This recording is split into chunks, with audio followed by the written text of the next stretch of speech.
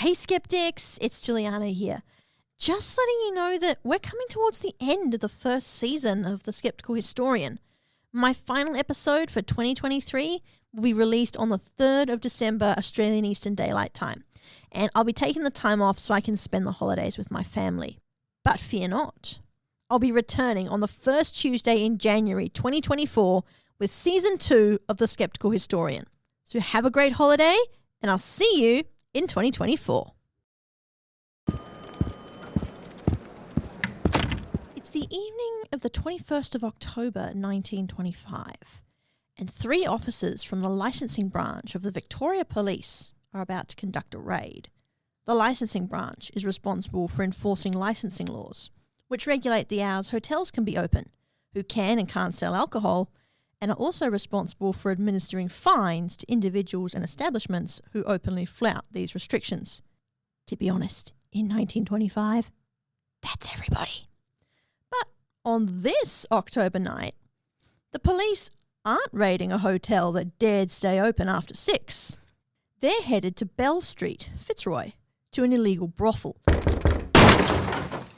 It's full and nobody is happy to see the licensing branch, least of all the clients in various states of undress, many of whom have probably told their long-suffering wives they're just working late. But there's one client who doesn't seem too concerned at all. In fact, when officers burst in on him, he doesn't miss a beat. Completely naked, he hops right up out of bed, although I'm sure the officers wished he hadn't, and holds something out to the police who have probably just ruined his night. "That's all right, boys," he says casually. "I'm a plainclothes constable. Here's my badge." The licensing officers take a look. It is a police badge, that's for sure, but it doesn't belong to a plainclothes constable. It's badge 80, and it belongs to none other than the Chief Commissioner of Police, Thomas Blamey himself. Within weeks, it's front page news, and Blamey, who has only been in the job for a little over a month, is facing down mounting calls for a public inquiry. The injustice of it makes him boil with rage. After all, there's already been an inquiry, an internal inquiry, that he headed that cleared him of any wrongdoing. And what's more, he has proof that his badge was stolen the night before someone flashed it at his officers at the brothel. Or does he? I'm Juliana, and you're listening to The Skeptical Historian.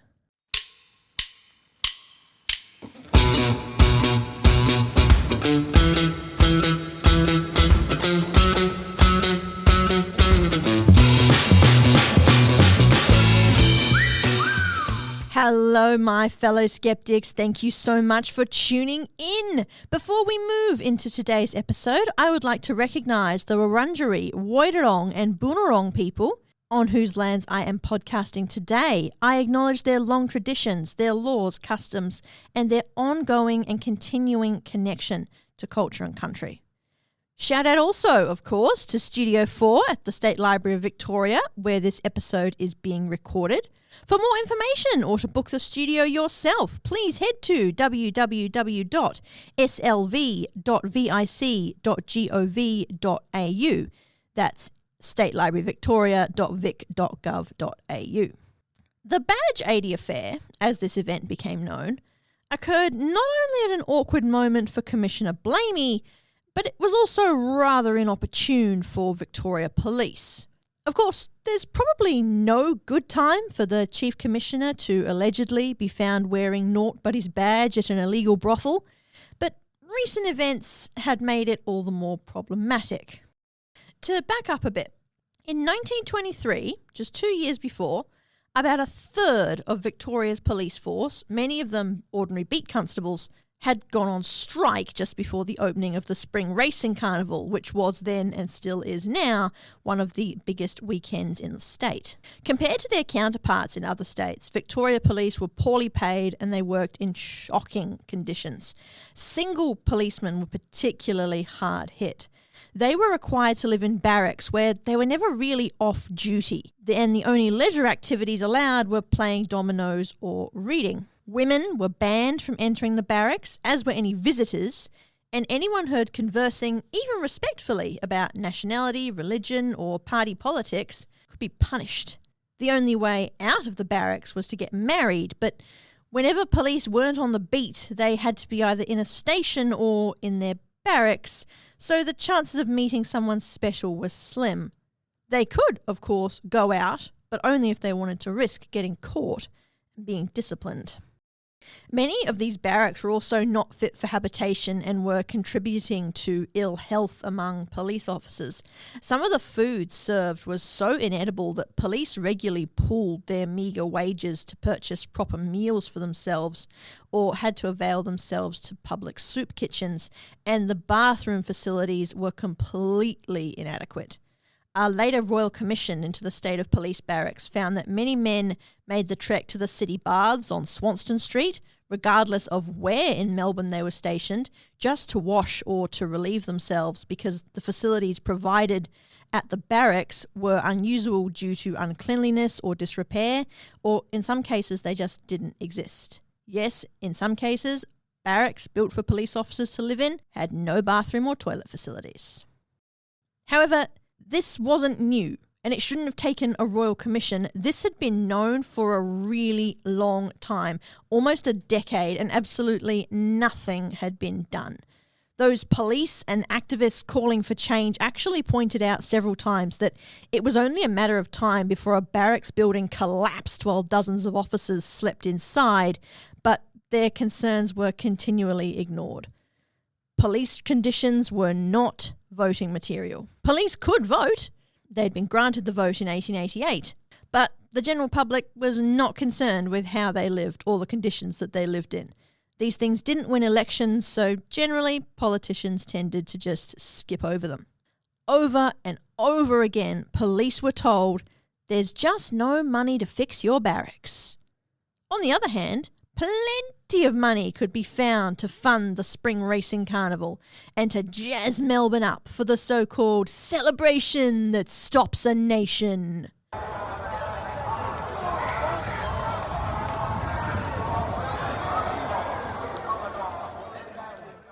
Police were expected to play a leading role in crowd control and crime prevention, while the good and the great gathered to drink and gamble and watch horses being tortured. It must have been especially galling for those single men trapped in barracks that were falling down around them to watch the government throw money at the Melbourne Cup like it grew on trees. But there were other demands too. Police were demanding the right to more annual leave. They were only allowed 17 days a year, which could not be taken over religious holidays, and increased pay. The starting pay for a constable was 7 shillings 6 per day, plus 6 as a rent allowance. Those in favour of keeping wages low argued that, given police were drawn from the labouring classes, they should be paid as such. But the labouring classes didn't have the same expenses as police. Particularly, they didn't have to buy and maintain their own uniforms for the most part. Out of that 7 shillings 6 a day, a policeman had to purchase and maintain a uniform worth £12, which was equivalent to approximately 6 months' wages. And he couldn't go and shop around either. He had to get it from the government supplier, which charged a premium. The other argument against low wages was that police were constantly at risk of harm or death on their job. While this was a problem for other labourers too, increasing unionisation in Australia meant that regular labouring work was becoming safer, and legislation allowed for the prosecution of businessmen who cut corners when it came to safety and compelled changes to be made to benefit workers. A factory worker in the 1920s was highly unlikely to be crushed to death by a malfunctioning machine and could not be forced to work 15, 16, 17, 18 or 20-hour days. However, police in the 1920s were as likely as ever to be shot, stabbed, assaulted, or even murdered on the beat. Given the new kinds of weapons available following World War I, it has been argued this danger was even more acute than before 1914, when these weapons were developed. Their other key demands were more constables, as they were so understaffed that sometimes one policeman had to cover 2 or 3 beats. They wanted a pension scheme for officers when they reached the compulsory retirement age, and the abolition of the barrack system for single men. Or, if that was too much, at the very least, they wanted livable quarters. Along with pay, the pension scheme was the biggest issue for police. There had been a police pension scheme, which was paid out in case of permanent incapacitation or when a policeman reached the compulsory retirement age of 60. In the event of an officer's death while on the job, his pension was paid out to his widow and children, or, if he was unmarried, to his nominated next of kin. I am using he very deliberately here. The first women had joined Victoria Police in 1917 as police agents, they were called, and they weren't given the same powers as officers. But these police agents weren't entitled to a pension, and it wouldn't be until after the police strike in 1923 that women could officially become police officers and became entitled to a pension. So at this point, it is only men who are eligible, and it is only the male police who are agitating for their pension to be restored. The police pension scheme was cut during the Depression of the 1890s as a cost-saving measure and was then never reintroduced, despite promises made during various elections to try and gain the police vote. Only those officers who had joined the force prior to the date the scheme was axed would be eligible for a pension on retirement. By 1923, there were few of those men left, and of the more than 600 men who went on strike, only 2 of them still had rights to a pension. The final issue that drove the police to strike in 1923 was the introduction of so-called special supervisors. These were 4 plainclothes men who were to go undercover and observe police behaviour on the beat. The then Chief Commissioner, a spectacularly conservative and incompetent man called Alexander Nicholson, claimed he'd done this because he'd observed policemen drinking in hotels while on their beats, resting under verandas, or speaking to members of the public who did not seem to require police assistance. Given the level of understaffing, with a single constable sometimes covering 2 or 3 beats of varying size, none of this behaviour surprises me. Police at the time wore heavy woolen uniforms, which were hugely uncomfortable in the summer heat, so it's no wonder they stopped in the shade every now and again, nor is it surprising that they might have called in at a hotel for a drink. Water was not readily available to an officer on the beat, whereas alcohol was in ready supply and publicans were usually only too happy to serve the local beat constable. It's also interesting to note that while Nicholson claimed police were drinking on the job, there are very few reports of police drunkenness at this time. To me, this lends weight to the idea that the reason the police were seen stopping at hotels was because they were thirsty, not because they were getting wasted. Also remember, this was a time when, if you were thirsty, you were more likely to drink alcohol than water. Water was fairly safe to drink in Melbourne by this point. But there were plenty of people who'd grown up not being able to safely drink water and who remembered the horrors of dysentery and cholera and other waterborne diseases. So I'm really not surprised alcohol was still the go-to. Also, it was always there. There was a hotel on every corner in Melbourne at this point. Whereas public water fountains were rare, they also tended to be quite dirty, so people didn't readily drink from them. Of course, today this wouldn't happen, but today we also have readily available water for thirsty police officers, so they don't need to go to the local hotel. As for speaking to members of the public who didn't seem to require assistance, the whole point of beat police was to build rapport with the public.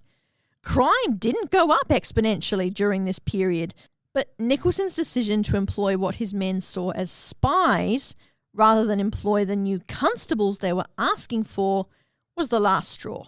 Eventually, 636 men, most of them constables, were on strike, and a wave of violence and looting was unleashed on Melbourne just as one of the most important events in the Victorian social calendar was about to begin.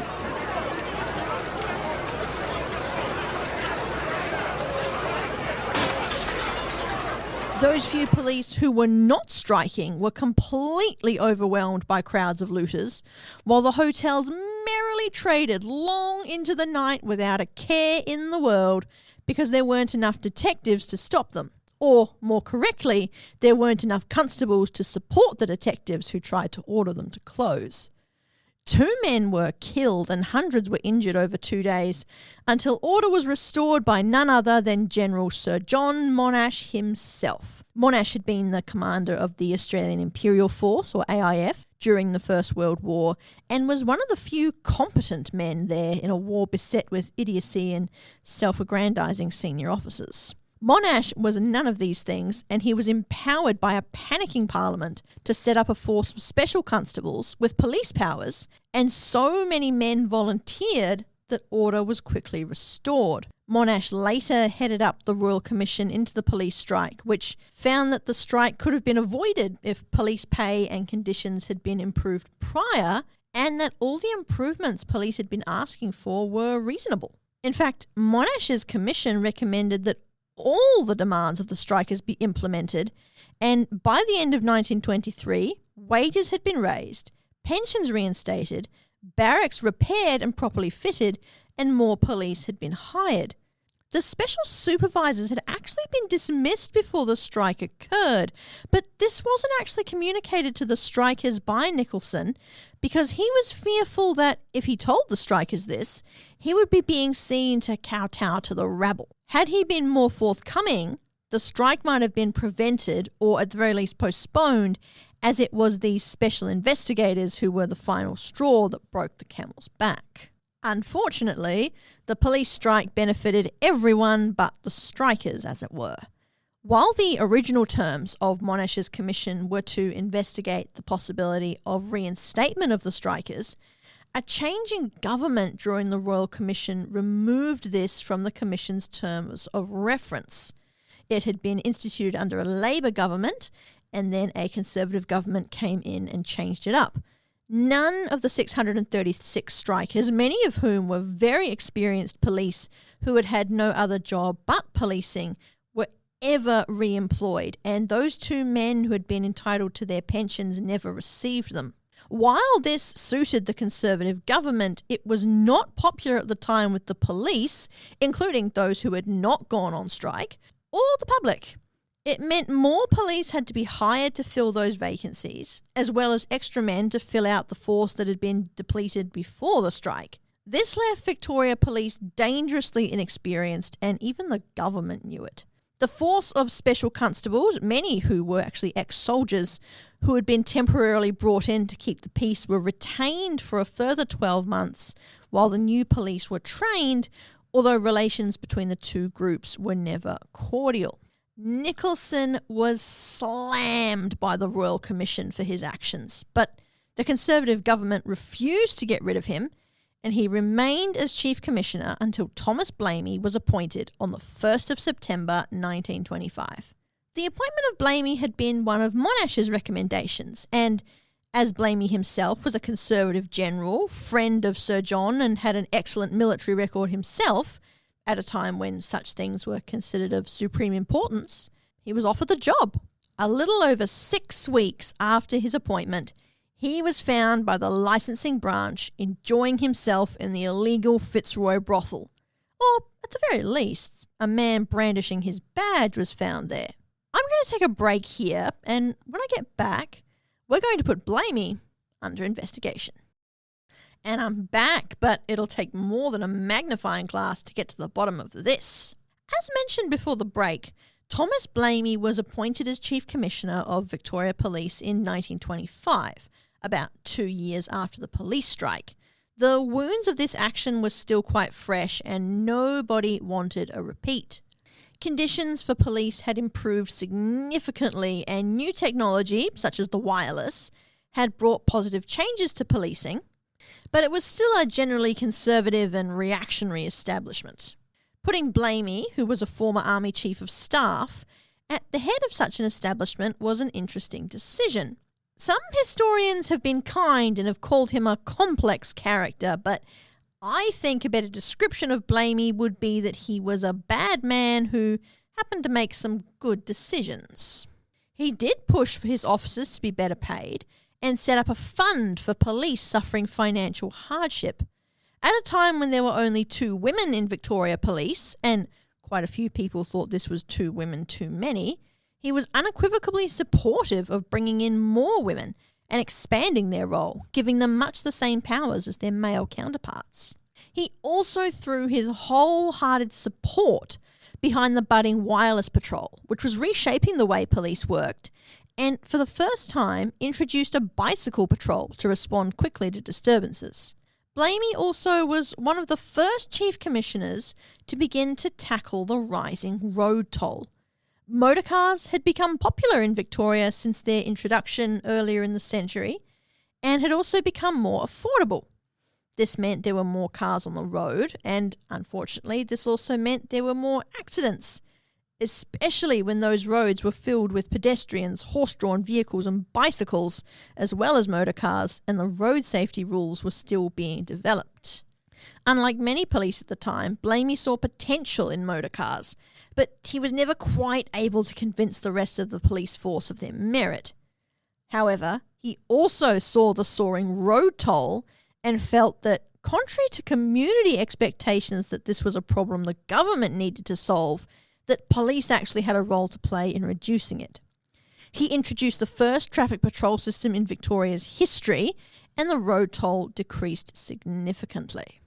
However, despite all these good decisions, overall, Blamey was an autocrat who reserved both privileges and entitlements for his favourites, and demanded blind and unquestioning loyalty from his men. It was well known among the police that Blamey would look after them, just so long as they agreed with all his decisions and never asked so much as an innocent question. The fund he set up was a classic example of this. Despite it nominally being a fund for police in financial distress, Blamey operated it personally. If an officer applying for help from the fund wasn't one of Blamey's favourites, or he had any traits that Blamey found distasteful, such as a past history of voting for the Labor Party or being part of a temperance movement, the claim would be denied.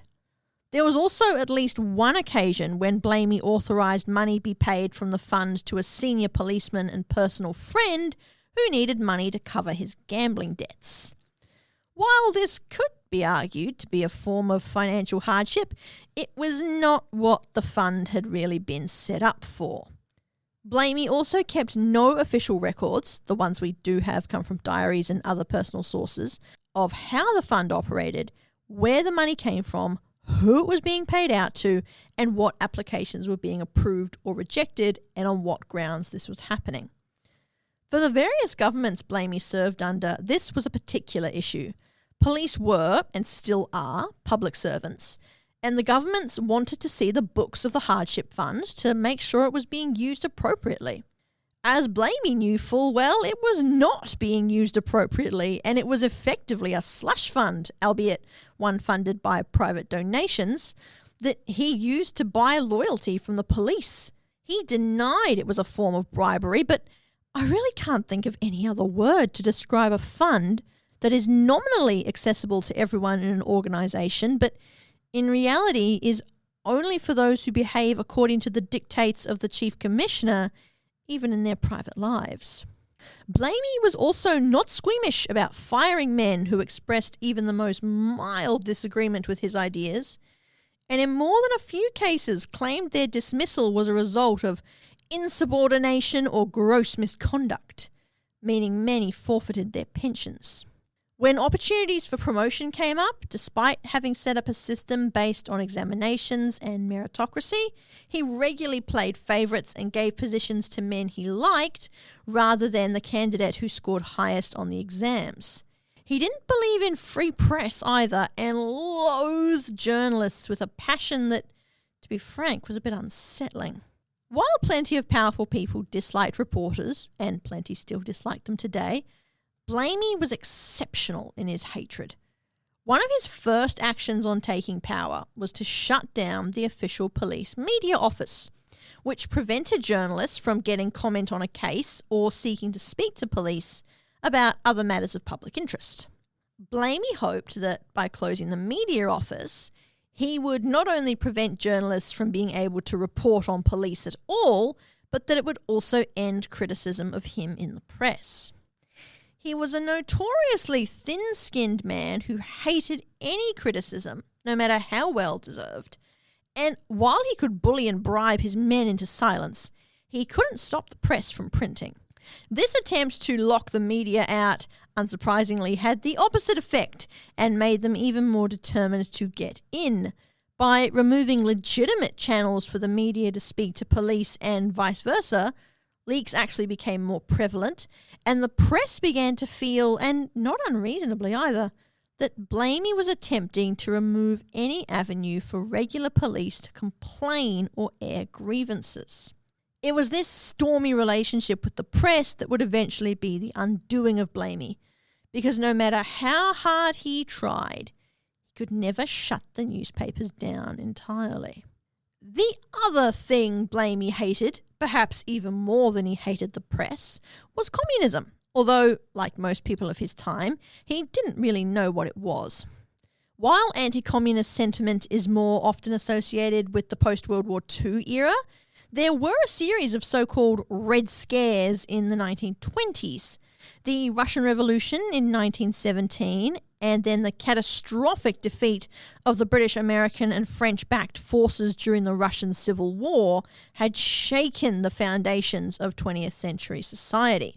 At this point, 1925, Lenin had yet to publicly show his true colours as a murderous autocrat to the rest of the world, although it was very clear in Russia, of course. So many left-leaning societies and newspaper outlets were still hailing him as a working-class hero who had struck a blow for the people, despite the fact that he was neither working class nor a hero. While the murder of the Romanovs in 1918 had dampened some public support for the Bolsheviks outside Russia, the Russian royal family had been so unpopular that some people just saw this as a good thing. What's more, there was also much more unrest about the decision by their own authorities, that is, authorities in Britain, Australia, New Zealand, America, France, etc., to participate in the Russian Civil War, often in secret, sending soldiers from Europe off to Russia without telling them where they were going or why, and involving them directly in a counter-revolution that many of them didn't support for many and varying reasons.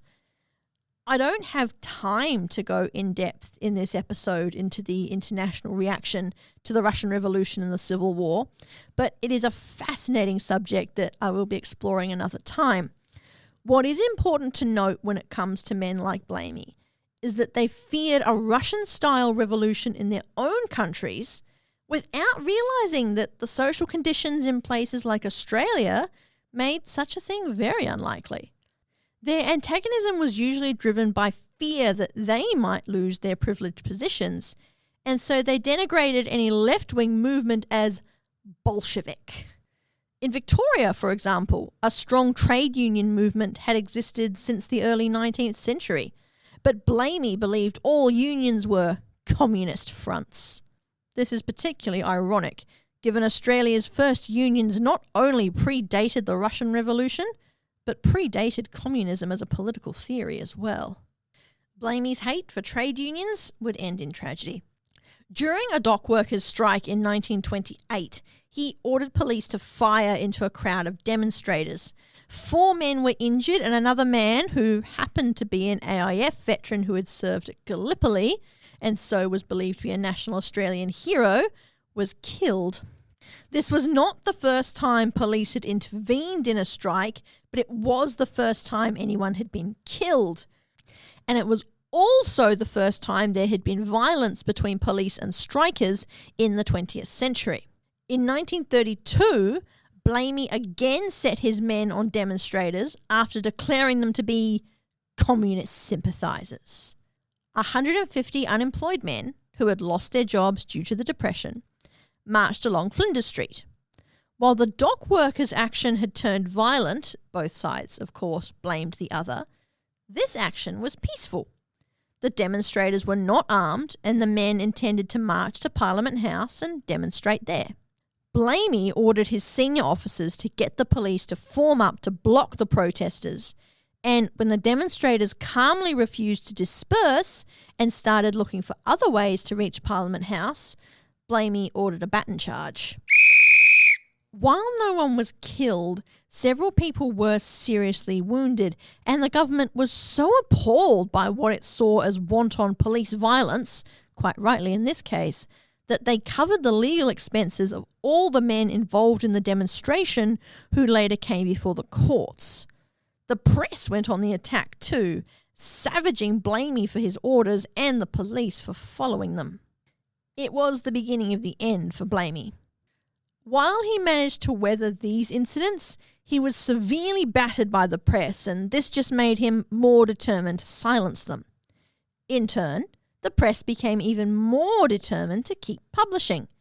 It's hard to know if they were actively trying to tear him down or if Blamey's increasingly conservative policies regarding police interaction with the press drove the newspapers to believe he had something to hide. As it happened, he had plenty to hide, and allegations of corruption, many of them substantial, dogged his last year as Chief Commissioner, and he was eventually forced to retire in disgrace in 1936. There were two catalysts that forced his hand. One was public, the other very much suppressed, and I'll tell you all about them right after this break. And I'm back, and I'm ready to take you back to the 22nd of May 1936, when the death knell sounded for Chief Commissioner Blamey. That night, Victoria's most senior detective, Superintendent John O'Connell Brophy, was shot 3 times while sitting in a car in Victoria's Royal Park. Bullets pierced his right arm, his cheek, and just above his heart, although, luckily, he survived. It might have ended there if Blamey and a group of senior police, including Brophy himself, hadn't given a false story to the press. They claimed that Brophy had been handling his gun when it had accidentally gone off and he'd shot himself just once and in the right forearm. For a right-handed gunman to shoot himself in the right forearm would require some serious contortion skills, and the press didn't believe this story either. Blamey, Brophy and others then changed the story, saying that Brophy had been at Royal Park on a stakeout due to a number of violent hold-ups which had recently occurred there. This last claim was true. There had actually been a spike in violent crime in the area. They also admitted that he'd been shot 3 times, although in this new story, the assailant was, in their words, a bandit.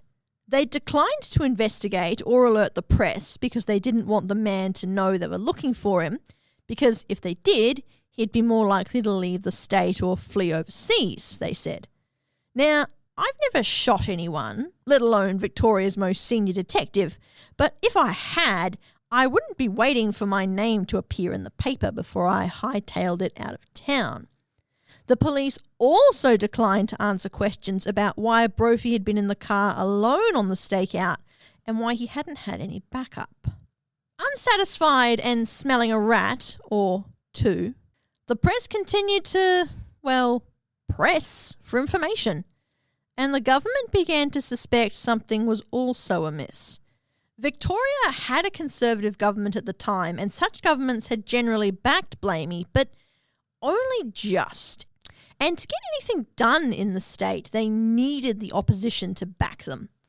Labour, who were the opposition at the time, were calling for a royal commission, and I can understand why. Victoria's most senior detective had been shot and almost killed, and the Chief Commissioner's response was, "Nothing to see here, move along, people." It then got worse for Brophy because the press discovered that he'd been in the car with 2 women, neither of who was a policewoman. Brophy was married, as was one of his passengers, although not to each other, and I haven't been able to find much information about the second woman.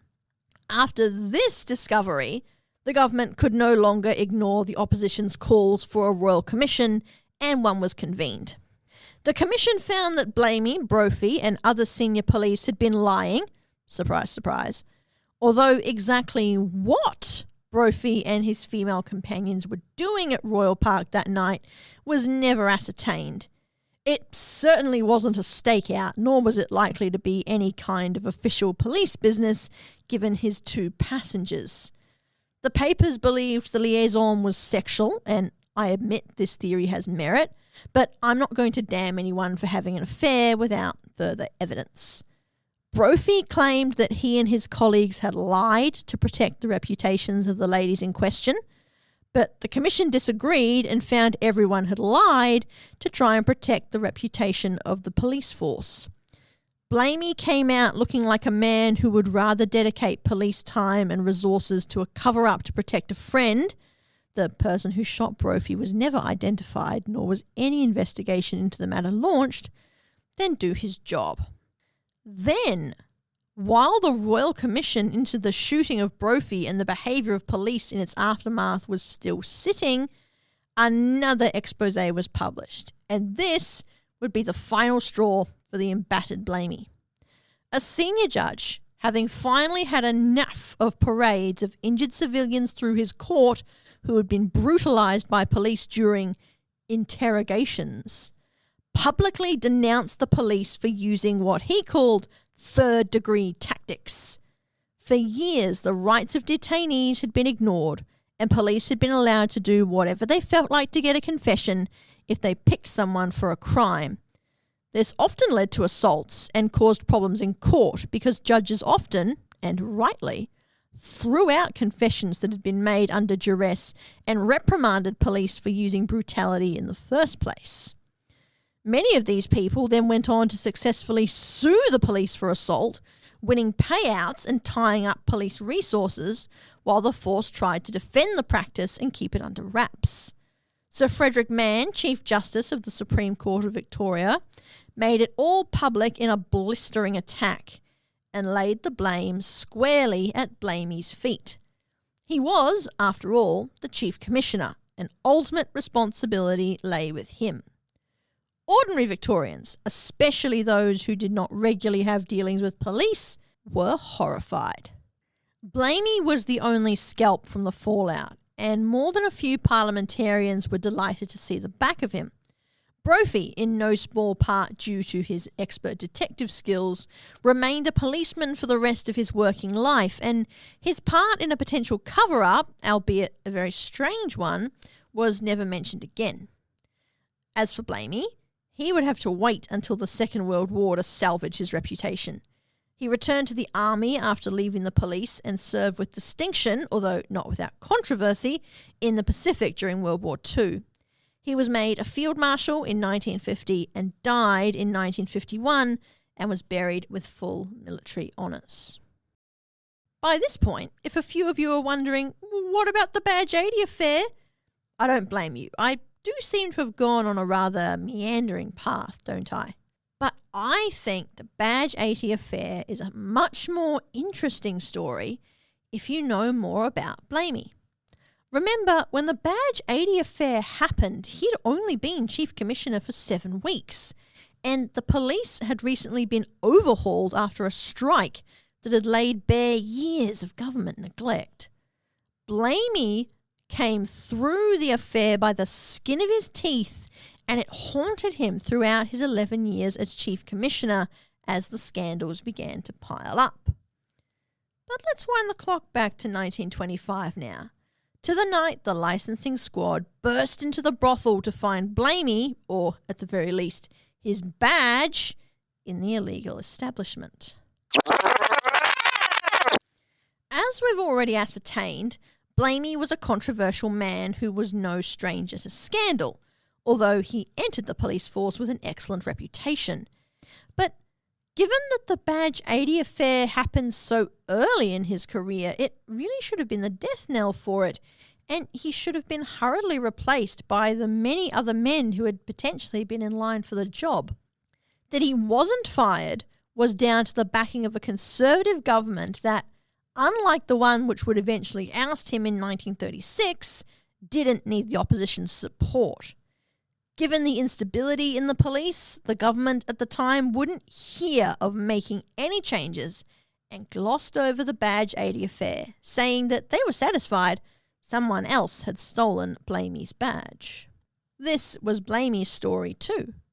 He said that his badge had gone missing the day before the raid, and he'd found it in his letterbox 3 days later as the scandal was slowly beginning to unfold. An internal investigation, headed by Blamey himself, found that an unknown person had stolen it and used it at the brothel, but he was never identified and no one was ever charged. Blamey said that he was satisfied with the outcome, which of course he was, and refused to endorse any further investigations. This short and sweet, quote-unquote, investigation was largely derided as a whitewash, but is it possible? Could someone else have nabbed Blamey's badge and taken it off to a brothel?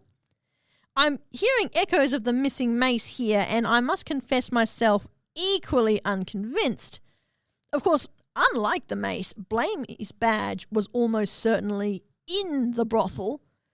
But why steal something so easily identifiable only to flash it about? While Blamey was new on the job, everyone knew full well that badge 80 was the chief commissioner's. Also, who stole it, if indeed it was stolen at all? Given Blamey said the badge had been taken from his office at police headquarters, the thief would have had to have been another policeman, and they wouldn't have had to steal Blamey's badge. They could have used their own and told the licensing branch the same story. I am a plainclothes constable. What makes the story of a theft even more unlikely is that Blamey wasn't a constable. He was the chief commissioner and his badge identified him so. If a thief was trying to pull the wool over the eyes of the licensing branch, he was destined to fail. As we've already established, they'd recognise the badge. Also, let's be honest here, there's not a lot someone could do with Blamey's badge, even if they did steal it. It's not like anyone would know the licensing branch was going to be raiding that brothel on that very evening. Blamey's appointment had been announced and a photo of him published, probably to his great disgust, in all the major papers, so he was already well known and had a larger-than-life reputation due to his war service. What I'm trying to say here is he was known and identifiable. His badge would have been worthless to anyone but himself. Also, if someone wanted to embarrass Blamey, there were far more damaging ways to do that than to steal his badge and go out for the night to a brothel. The licensing branch didn't raid every night, and even if they had seen Blamey in the brothel, they weren't going to tell anyone about it, let alone the press. They'd be sacked, without pensions too, and would probably never work again. All things considered, the story of the stolen badge just doesn't make sense to me. So, does that mean Blamey was there that night? Well, not necessarily. I'll explain a little more after I get back from this break. And we're back, but was Blamey at the brothel back in 1925? That's the million-dollar question. It's actually hard to tell. As we've already ascertained, someone waving his badge around was there, and it's almost certain that the badge wasn't stolen, but does that mean he was there? It's possible. And it would very much be in Blamey's character. When he was appointed as Chief Commissioner, a planned commission into Victoria's extraordinarily lax enforcement of licensing laws was scrapped, as it was believed that a man such as Blamey would be just the man to whip the force into shape and get those pubs closing on time. At the time, licensing laws required pubs, hotels, bars and other licensed venues to close at 6 and banned the sale of alcohol on Sundays. This 6 o'clock closure had been introduced as a wartime austerity measure, and temperance and morality groups had lobbied governments to keep it when the war ended in 1918. They argued it would reduce drunkenness, encourage upright behaviour, and increase attendance at religious services. You will be unsurprised to hear that this argument was about as steady as a punter at the open bar on Cup Day. Most venues closed their front doors at 6, But it was still possible to buy a drink by going to the back door, usually at a 50% markup. And many families brought cases of alcohol from the local pub, quite legally, which they then sold illegally from their homes on Sundays. Bottle shops also did a roaring trade, as they were not licensed venues and could stay open until between 10 and 11 o'clock every day except Sunday. Despite all the yelling from those opposed to anyone having even one drink, it was plain that the licensing laws were not working. Blamey hated licensing laws too, and saw nothing wrong with having a drink at the bar after work or on the weekend without having to rush out the door at 6. This is perfectly reasonable and was much more in line with community expectations at the time, but Blamey felt, as police chief, he had to enforce the law even if he didn't like it, unless enforcing the law was going to affect him. He was well known for openly flouting the licence laws and was a regular customer in bars and hotels across Melbourne. He would let the licensing branch know where he was going to be drinking on any given night so they didn't raid the place and embarrass him. However, if he wasn't drinking somewhere, it was open season. He didn't care where the licensing branch was raiding as long as it wasn't where he was drinking. It would be completely within his character for him to go and spend the night at an illegal brothel come sly grog shop, yet given his habit of telling the licensing branch where he was going to be to avoid embarrassment, I can't imagine him forgetting to do so in this instance. Of course, he may have taken a calculated risk. After all, the chances of the licensing branch coming to the brothel were very slim, but why risk the embarrassment of being caught, as ended up happening? The licensing branch consistently looked the other way when Blamey was out drinking past closing time, and if they didn't, he could have had their careers faster than you can say, "Another round." The 3 detectives who conducted the raid, the sex worker who was with Blamey, or the man with his badge at least, and the brothel madam all denied that Blamey was the man who had flashed his badge and much else besides during the raid, and Blamey himself provided an alibi for the time in question. However, given Blamey held the detectives' careers in his hands, they were hardly going to admit seeing him there, although I think in this instance they were telling the truth. This has nothing to do with them and everything to do with Blamey, who was happy to flout the law but took steps to avoid being caught doing so. The fact that he didn't tell the licensing branch detectives to steer clear of Bell Street that night would have been very out of character if he was planning to head there. Which leaves a third possibility. If Blamey's badge wasn't stolen, and he also wasn't at the brothel that night, did he give his badge to a friend? This might seem incredibly reckless, not to mention illegal, but it's not just idle speculation. As the scandal was unfolding and Blamey was insisting that his badge had been stolen, this version of events was disputed by Deputy Commissioner Daniel Lynon. Blamey said his badge had been stolen the night before the raid on the brothel, but Lynon said he'd seen it on Blamey's desk that very evening, just 7 hours before the raid. Had Lynon been a younger man with a shot at Blamey's job, I might be tempted to believe he was lying, but he actually had no reason to.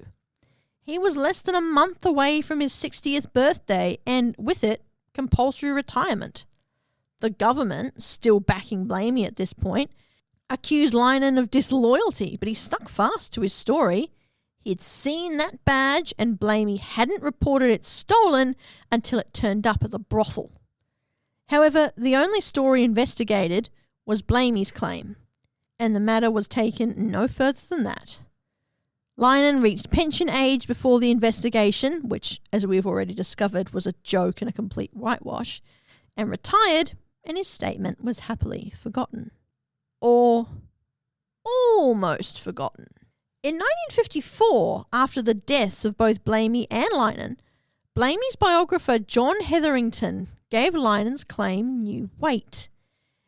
He said that Blamey had privately admitted to a friend in the 1930s, just before his career imploded, that he'd made up the story of his badge being stolen because he'd given it to a friend. The man was an old army buddy from the First World War who had come down to Sydney to visit Blamey, and Blamey hadn't wanted to implicate him in a scandal because he was a married father of 3. This certainly feels more likely than Blamey's badge being mysteriously stolen and then returned, and it would be in Blamey's character to lie to protect a friend, even if it meant embroiling the police force he was responsible for in a scandal. But there are a few holes. The part of this story I find hardest to swallow is this. If the badge was supposed to offer some kind of protection, why did Blamey hand over his badge and not a different police badge? It was bound to attract attention if it was discovered, and Blamey would have known this. Now, I wouldn't be surprised if his friend, after a couple of drinks, decided that a night at a brothel was just the ticket, but even if he told Blamey he was heading off to Bell Street, which was a very well-known red light district, although not quite as notorious as Little Lawn, there was no reason for Blamey to hand over his badge, much less tell his friend to use it if the licensing branch came to call. There were dozens of hotels in Melbourne for them to raid, and probably hundreds of sly grog shops and brothels. Nobody could have suspected that they'd turn up in Bell Street that night. Although it has been suggested that Blamey knew the raid was happening, but if this was the case, why wouldn't he just tell his friend to go elsewhere? There was no shortage of brothels in Melbourne in 1925. If the badge was supposed to act as a shield from scrutiny, then it failed spectacularly, although the element of bad luck here can't be overstated. There would have been no scandal if the licensing branch hadn't come to call, which makes me wonder if the badge was ever meant to head the police off at all. As Victoria's top cop, Blamey would have known the best brothels in Melbourne, especially those that sold sly grog, as he probably frequented them. While the Chief Commissioner heading out to the brothel for an evening might have put him at risk of blackmail, who were the authorities going to believe if any report was made? A madame and her employee, or the Chief Commissioner of Police? I think we all know the answer to that question.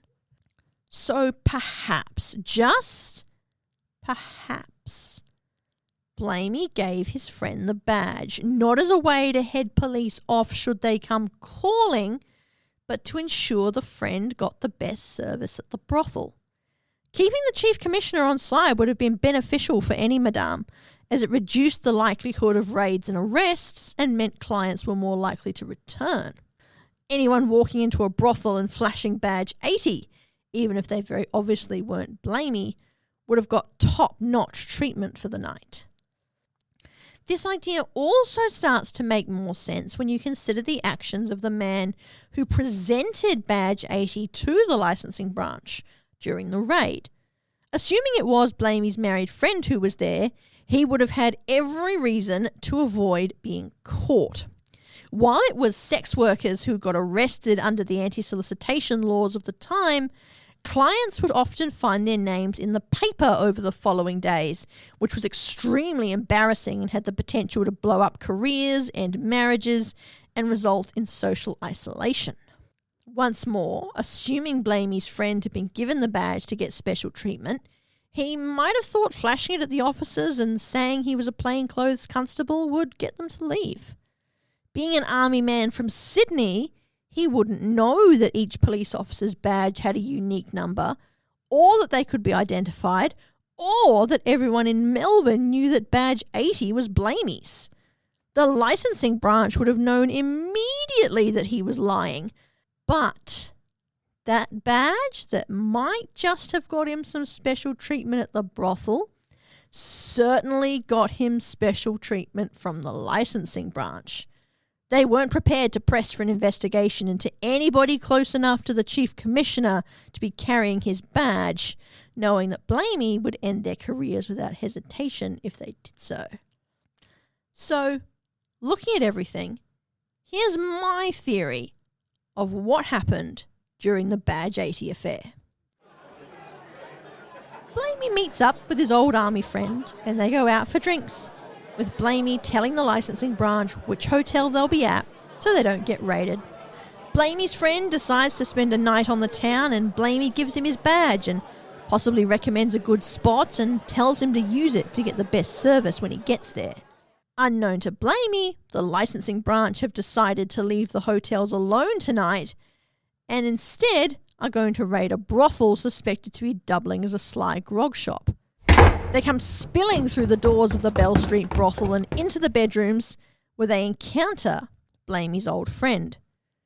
Quick as a whip and knowing the potential public humiliation that will follow if he's caught, the friend pulls out Blamey's badge and makes up what he thinks is an innocent and believable story, never expecting it will find its way into the papers.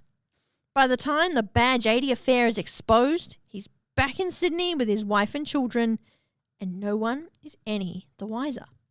Blamey himself, true to fashion, refuses to tell the truth and has enough friends in government to make the whole issue blow over, at least until his next scandal rears its ugly head. In many ways, compared to the other scandals that dodged his career, the Badge 80 affair is a small thing, but it really set the tone for Blamey's time as Chief Commissioner. He wasn't exactly corrupt, but he wasn't fair either, and he put personal loyalty first, even when it meant embarrassing the police force he was responsible for. His predilection to tell improbable lies in an attempt to protect people, though, eventually caught up with him. As we saw in the shooting of Detective Brophy, Blamey's foolish attempt to shut down speculation about Brophy's behaviour led to his own downfall. He was too caught up, I think, at that point in the early years of his time as Commissioner, when the government had backed him to the hilt and had been prepared to swallow his stories, no matter how stupid they were. But times changed, attitudes moved on, and Blamey couldn't move with them. For all the good he did in the early days of his time at Victoria Police, his reputation was really too marred by scandal, lies and violence for him to go down in history as a good commissioner. I think I return full circle here. The best way I can describe Blamey is as a bad man who happened to make some good decisions early on. As for Badge 80, well, if you're curious, you can go and see it yourself. It's on permanent display at the Victoria Police Museum at 313 Spencer Street. In fact, perhaps the most unfortunate fact in this whole episode is that Badge 80 itself, like any inanimate object, is mute, so can't tell us who was waving it around at the brothel that night. Of all the potential witnesses in this case, I'm of the opinion that the badge, were it able to speak, would be the most honest of them all. And that's all I have for you today. Thank you so very, very much for listening. As always, you can get in touch with me at my website. That is www.skepticalhistory.com. That's skeptical with a K. Or via social media. I am Juliana Byers on both LinkedIn and Instagram. Let me know you're a listener if you are sending me a message on either platform. Join me next episode for another skeptical take on the mystery that is history, and tune in wherever you get your favourite shows. See you next time. The Skeptical Historian is researched, produced and hosted by me, Juliana Byers. You can find a full list of resources used in researching by going to my website and clicking on Sources. Sound effects are by Adobe Creative Cloud, Pixabay and Epidemic Sound, used under the appropriate license. The music track The Whistle Funk by Telsonic was also used under the appropriate license. Podcast hosting is by rss.com. See you next time, skeptics.